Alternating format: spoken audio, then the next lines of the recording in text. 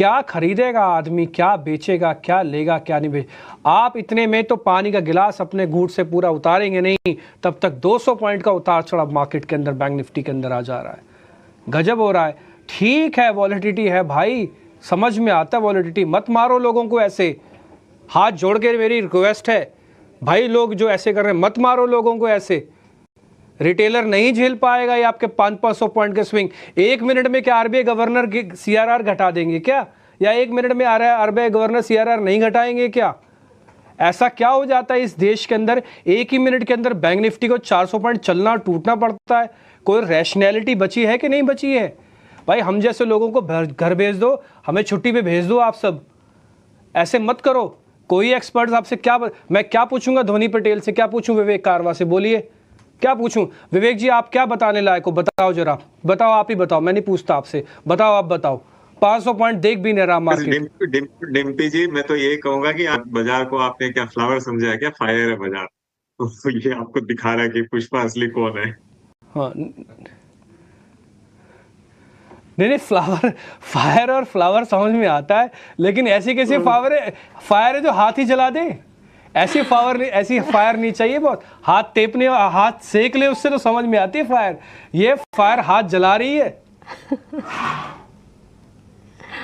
तो ऐसा ही डिप्पी जी देखिए, ये मैंने इनफैक्ट थोड़ी देर पहले अभिषेक के साथ जब शो किया था, ये बोल रहा था कि वैल्यूएशन वाइज लार्ज कैप ठीक है, फेयर वैल्यू पे लग रहे हैं, लेकिन ओवरऑल जो बाजार का मार्केट कैप है, आप अगर जीडीपी की तुलना में करो तो नंबर 3 पे है आज भी दुनिया में। मतलब यूएस, जापान और उसके बाद में इंडिया आता है, जो GDP to market cap ratio है वो हाईएस्ट है।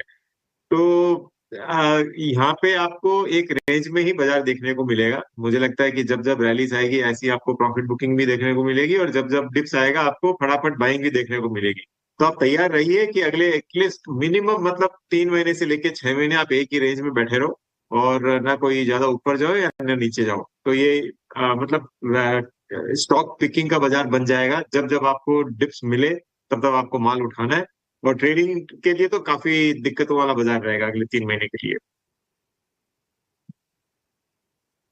ट्रेडिंग के लिए दिक्कतों वाला बाजार रहेगा। अच्छा विवेक जी, एक चीज बताइए, एक खेमा जो आज जहां पर कह सकते हैं कि वो भी फायर बना हुआ है, और वो है कैपिटल मार्केट से रिलेटेड जो भी स्टॉक्स हैं, प्लेटफॉर्म वाले, डिपॉजिटरी, रजिस्ट्रार वाले, कैम्स, बीएससी, एनएसडीएल, सीडीएस, माफ कीजिएगा, ये चल क्यों रहे हैं और इतनी तेजी?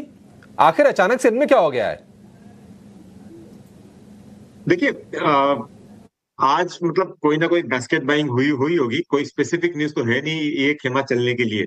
लेकिन मुझे लगता है कि आज भी जो लॉन्गर टर्म में आप अगर देख रहे हो, ये जितने भी स्टॉक्स है जो बाजार से रिलेटेड है, बाजार कितना भी वोलेटाइल हो, मुझे लगता है कि अगले 3 साल बाद, 5 साल बाद जब हम लोग रियर व्यू मिरर में देखेंगे कि हम लोग दिसंबर 2024 में कहाँ थे, तब यही होगा कि भाई उस दिन इतना बाजार सस्ता था और आज हम लोग इस लेवल्स पे हैं। तो ग्रोथ आपको देखने को मिलने वाली है, ये एक चीज की चीज है।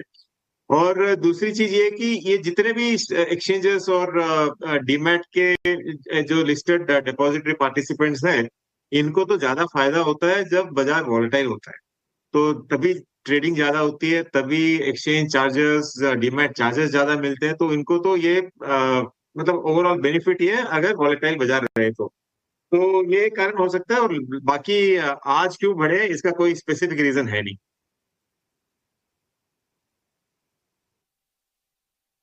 अच्छा एक काम करते हैं, अब चूंकि बीएससी का शेयर देखिए पहली बार ये 5,000 के पार निकला है, और धड़ाधड़ अगर आप एक साल की बात कर लें तो ये शेयर डबल से ज्यादा हो गया है।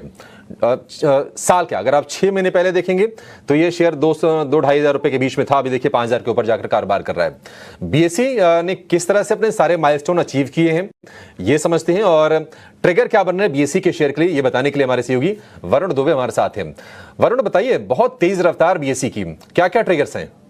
डेफिनेटली, तो अभिषेक देखिए तेज रफ्तार से भाग रहा है और आज एक माइलस्टोन इसने अचीव किया, 5,000 के ऊपर निकला है। आपको याद होगा जब मार्केट में जो गिरावट का दौर आया था बीच में, जब एफआईआईएस की सेलिंग आई थी, उसके पहले बीएससी अच्छे मोमेंटम में था। तो लगता है कि फिर से वही मोमेंटम जो है वो हमें यहाँ पे BSE में देखने मिल रहा है। इनफैक्ट दिसंबर सीरीज से अगर आप देखेंगे तो ये FNO में भी शामिल हुआ है और इस साल करीब 130% के आसपास की तेज़ी जो है ये काउंटर ऑलरेडी दिखा चुका है।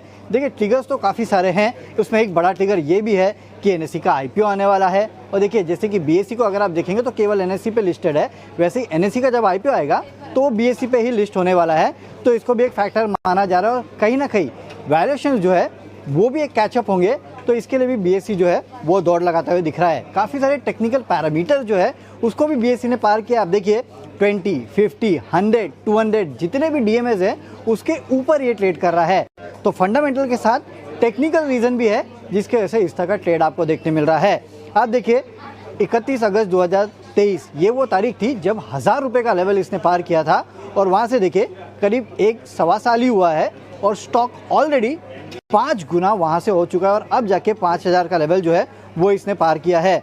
इनफैक्ट वैल्यूएशन आप देखिए पिछले 3 साल का औसत वैल्यू अगर देखेंगे पी का तो करीब 35 का है, 5 साल का 28 का है और अभी अगर आप देखेंगे तो करीब 51 का FY26 के पी पे जो है वो BSE लिमिटेड ट्रेड कर रहा है। और आज का दिन स्पेशल इसके लिए भी है क्योंकि केवल BSE नहीं लेकिन एक्सचेंज और मार्केट से जितने भी रिलेटेड स्टॉक्स हैं ना, आप देख लीजिए CDSL देख लीजिएगा, ब्रोकिंग हाउसेस देख लीजिएगा और इसके अलावा जितने इंटरमीडिएटरीज होते हैं जैसे कि के फिनटेक देख लीजिएगा, यहाँ सब जगह आपको अच्छी तेज़ी देखने मिल रही है। तो पूरा जो मार्केट का स्ट्रक्चर है या फिर जितने भी पार्टिसिपेंट्स हैं सब बस कर रहे हैं और उसमें BSE सबसे आगे है जिसने आज एक नया माइलस्टोन यहाँ पे पार कर लिया है। ठीक है वरुण, और दूसरा जो कैपिटल मार्केट से रिलेटेड जो भी शेयर हैं BSE, CDSL, camps, angel one, Motilal Oswal, ये तमाम शेयर बहुत ही गजब के मूव्स दिखा रहे हैं। ध्वनि जरा आप बताइए IT में अगर एक शेयर आपको लेना हो, TCS, इन्फोसिस या फिर मिड कैप IT में से कोई अगर शेयर हो, आप क्या चुनेंगे? क्योंकि हम देख रहे हैं टाटा एलेक्सी भी 3% ऊपर है और ये BSE और CDSL और एंजल वन, इनमें से कहां पर आपको अभी और ज्यादा रफ्तार दिख रही है? अभिषेक जी, यहाँ पे जो टेक स्टॉक्स की हम बात कर रहे हैं वहां पे मुझे इन्फी का काउंटर पसंद आ रहा है। इन्फी के अगर आप चार्ट स्ट्रक्चर देखें तो यहाँ पे डेलीज में स्टॉक ने एक ब्रेकआउट देने की कोशिश करी और हालांकि अभी मार्केट भी थोड़ा सा वापस एक प्रॉफिट टेकिंग दिखा रहा है, बट ओवरऑल स्ट्रेंथ जो है वो यहाँ पे बुलिश साइड की बनी हुई है। आपको इन्फोसिस में ऊपर की तरफ 2000 तक का मूव विटनेस करने को मिल सकता है। स्टॉप लॉस जो खास करके ध्यान रखना रहेगा, तो नीचे की तरफ में आप यहाँ पे 1898 का स्टॉप लॉस लगा के रखे। यहाँ पर ये लेवल ब्रेक नहीं होता है तो इन्फोसिस के अंदर तेजी बनी रहेगी। और जहां तक दूसरे खेमे में हम जो बात कर रहे हैं जहां पे एंजल वन और ये स्टॉक्स के अंदर मोमेंटम देखने को मिला है, वहां पे आप इनफैक्ट अगर देखें तो MCX का भी एक काउंटर है जहां पर एक बुलिश मोमेंटम आज के सत्रों में देखने को मिला। और MCX के अंदर आप देखें तो यहाँ पे बुलिश मोमेंटम जो है वो यहाँ पे 7000 की लेवल्स तक कंटिन्यू पोजिशनली होता हुआ देखने को मिल सकता है। स्टॉप लॉस के तौर पे आपको नीचे जो ध्यान में रखना है लेवल यहाँ पे वो रहेगा 6180 का। 6180 ये आप लेवल ध्यान में रखिए।